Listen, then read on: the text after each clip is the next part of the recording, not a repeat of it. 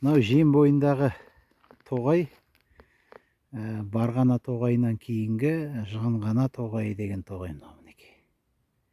Осындай үлкен тоғай бар. Қалың кәдімгі.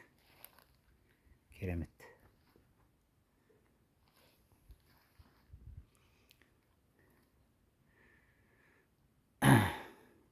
Үлкен тоғай, енді кәдімгі орман бұл деген.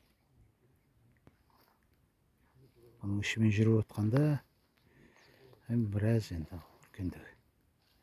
Ана Орқаштағы орманнан бұл үлкендеу болады негізі. Енді ұзындығы бойынша. Өйткені шамамен бұл 100 шақырымдай созылады ау деймін. Ені кішкентай болғанменен.